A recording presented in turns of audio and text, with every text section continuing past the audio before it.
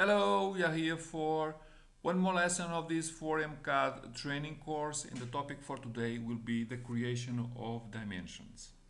Before show you how to deal with this, I'd like to tell you that we have five basic types of dimensions, being them the linear, the angular, the radial, the diameter, and the ordinate.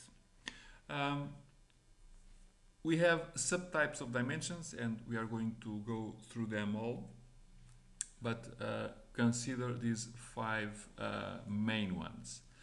The idea of dimension is similar to the idea of text, because before we make a dimension, we have to define a proper style with a lot of characteristics. So dimension, it's the same. We have to go under this format menu and say dimension style. You have this dialog box. You can manage different styles around here, so create new ones or just modify the ones you have. I will simply say modify now, and we can come here and define different things. We will have opportunity until the end of this course to see all of these parameters, so I will not lose time now because this is quite long.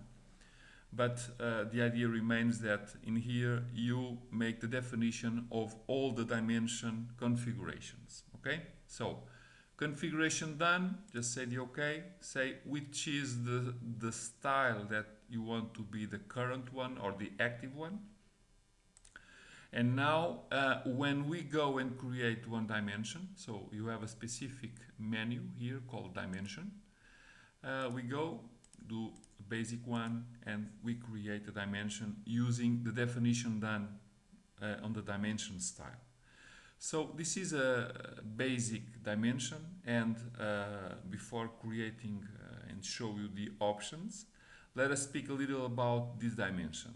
So we have these vertical lines in this case, which are called the extension lines, and the extension lines represent the lines from the entity or the object you are dimensioning until a certain place you define with the value itself. Okay, extension lines.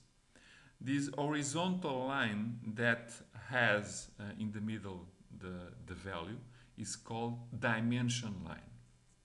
The arrows are arrows, okay, and this is the text of the dimension. Very easy, okay. So let us see now how to create dimensions. First, type linear. We can do this dimension linear, and then we can create these horizontal or vertical dimensions. In this particular case, because I give 2 points with different orientation, so according to the place you put the mouse, then the system will choose if it is vertical or horizontal. Still in the linear ones, we have another possibility called the aligned, and the aligned is a little different because it will measure the distance point to point, and it will make something like this. Then we have interesting subtypes also. I will base it as a linear basic dimension, and after, if I go to this one, baseline, so it will start on the first line of the first dimension to use it as a reference to create these other dimensions. This is called the baseline. We have a similar type called continue. In this particular case, it will do something like this, okay? It will, instead of using the first line as reference, it will use the last line as a reference. Now we have another type called the angular dimension. I will make a couple of lines to show you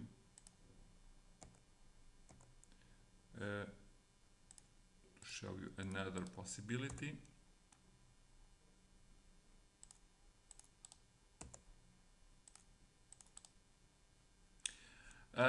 Dimension, angular, and if you choose two lines, it will show you the angle between the two lines. Okay, with the same purpose that we've seen the baseline and the continuous types with the linear dimension, we can use the same concept to apply to this angular one. So I've done one angular dimension. If I go now and say baseline, okay, I can do something like this. And I can apply this concept starting with the angular one, and now dimension, continue, do something like this. So these are very interesting modes also to apply. Then we have the radius and the diameter dimensions. So radius, simply choose one arc or one circle, then we can apply this. Or if we prefer the diameter, then we can do this. In this particular case, my definition, it's pointing only to half of this circle, but we can define and have the full dimension touching in both extremities of the circle. It's a matter of having a different definition. Then we have another possibility called the ordinate, and the ordinate it will have in consideration where is the origin of the system, and then when we click and doing this, we can apply vertical dimensions or horizontal dimensions, but these are taken in consideration regarding the origin of the system, and then the X and Y directions, positive or negative. This is the case, but sometimes when we have a particular drawing, what we have to do to have an origin in the drawing is to create first where we want a new coordinate system, a new origin in your drawing, and then apply this kind of quotation so that in your drawing you have the zero in some reference that you can control. The last one, it is called the leaders. This one, leader. This has some definitions also, but the idea of this is to point to some place, having more or less lines, it doesn't matter. Okay. Then when we make this enter, we can start to write and have several lines of text, okay, until you make two enters straight. And the idea of this dimension is to have a comment, a warning, whatever you want, because you are pointing to some place. So you can say whatever you want about that particular point which you are pointing with this leader. So I think these are very easy concepts to use in terms of dimension of your drawings. I think it's important now that you've seen how to work with this to make some practice about this, and